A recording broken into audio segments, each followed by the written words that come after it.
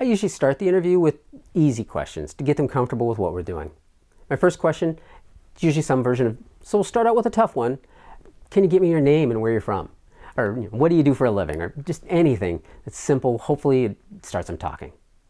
From there, I go into the questions that I prepped. I spend a lot of time working and reworking the order of the questions so that hopefully they flow pretty naturally and they feel like a conversation. But I'm also doing that so that I really learn the questions, so it's easy for me to skip around during the interview if that helps them stay on topic. I'll make notes as the interview goes on about what question might be the best to go next or any follow-ups that I want to ask. Even though I'm making and checking my notes, I still try to keep as much eye contact with the person as I can so that they can feel my attention and know that I'm with them. So the follow-ups. Other than the prep and knowing what you want to ask beforehand, this is probably that other most important part of the interview, really listening to their answers. You've seen interviews where the interviewer, they just ask questions off their list and instead of engaging in a conversation. Really listening, it actually means two things. You're listening for what they say, and if you should dig deeper into the answer for more information, but you're listening for your audience. One of the challenges of making videos for an organization that you know well is you might know it too well. Like when fans, they talk about baseball or all those names and facts that they use, anyone else listening, they can get lost. So part of your follow-up needs to make sure that your subject, they're not using a shorthand that your audience might not know or understand. You have to be listening for those. For me, I had a lot of outside part of the plate, so I had to show in well off the plate. The guy's trying to pull well off the plate, and then I'm going to get him away. I just have to show him. That's all I have to do, and I'm going to get him out on a consistent basis on the ball away. The other part of the follow-up is pulling the story out of them. Now, people, they're often going to gloss over a story, or they might just forget details, and it's your job to find those. I like to get way too much information in the interview so that I get plenty to work with in the edit bay. Again, this is where asking how can be so useful.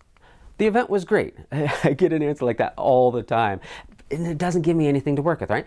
So I'll follow up with, well, how was it great? What happened? And just keep digging after every detail of the event so I can craft a story out of it.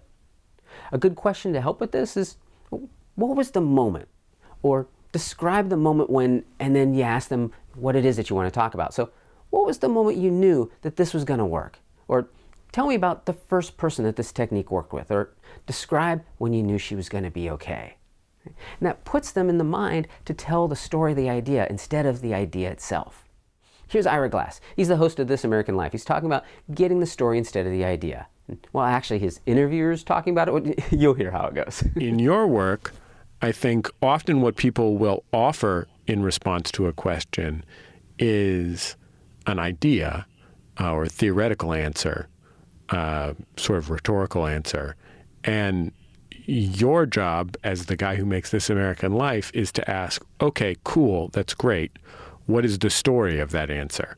Which is a very similar thing. It's essentially asking for that example. Yeah, exactly. Yeah, it's give me the example is a lot of what I'm asking in every interview. You said that so well. I have nothing to add. I'm sorry.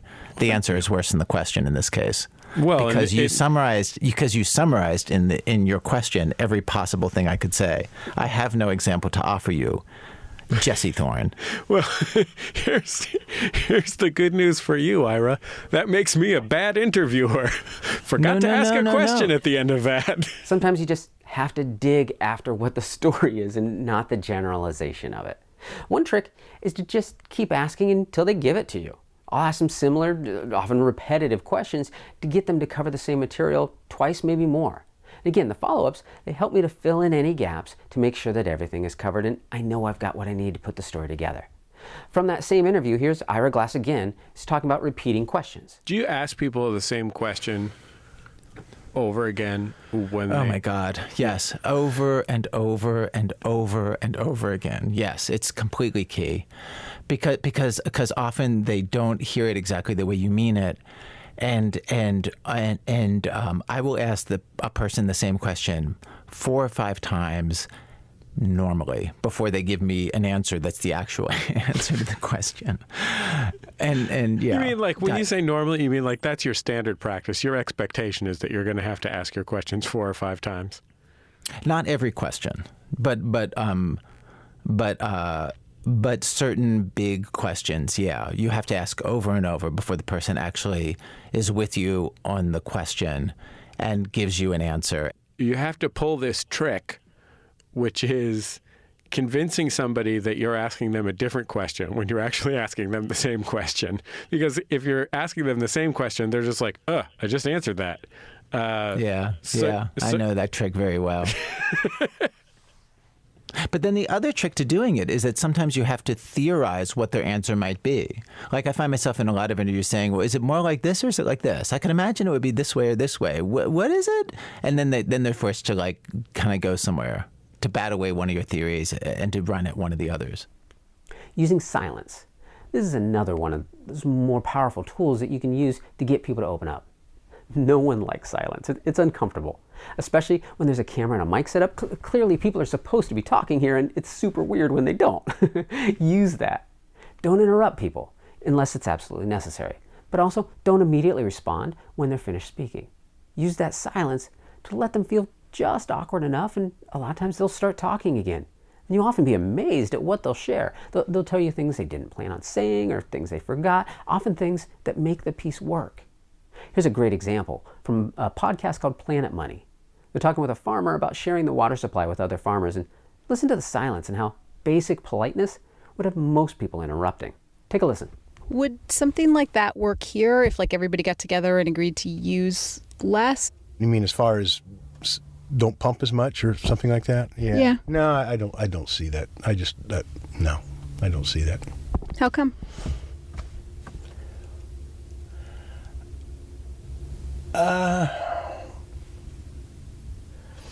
I don't know. I just a group of number one, you couldn't get consensus. If you had only 5 farmers, I don't think you could get consensus. If you've got 500 farmers, I know you couldn't get consensus. So I just don't think it would be a practical thing to try. I mean, right now, there is water down there, and you've got haves and have-nots, and the haves, I don't think will be in a mood to share with the have-nots. That's about 10 seconds before he finally answered the question. You don't often get to hear this kind of thing because it's usually edited out of the finished product. But here, they wanted us to hear his reluctance to answer. The silence is what got that answer out of him. Finally, you want to lead the mood of the interview. As you prep the questions, you want to be thinking, what kind of energy should this video have? Is it a fun, upbeat story? A more somber one? Is it emotional? Is it uplifting? You need to lead the interview with the energy that you want them to have. They'll pick up the cues from you on how to act. If you're joking with them, they'll tell the story in a fun way. If you sit quietly with them and you're open with them, they'll follow suit. You control the energy in the room and they'll follow you. This is one of those reasons to have that quiet location, so that the only influence on them is you and your demeanor. Now that can be tricky to do while you're learning, but the more you can lead the room with confidence, the more comfortable they'll feel to share with you. And that's what'll get you your best stories.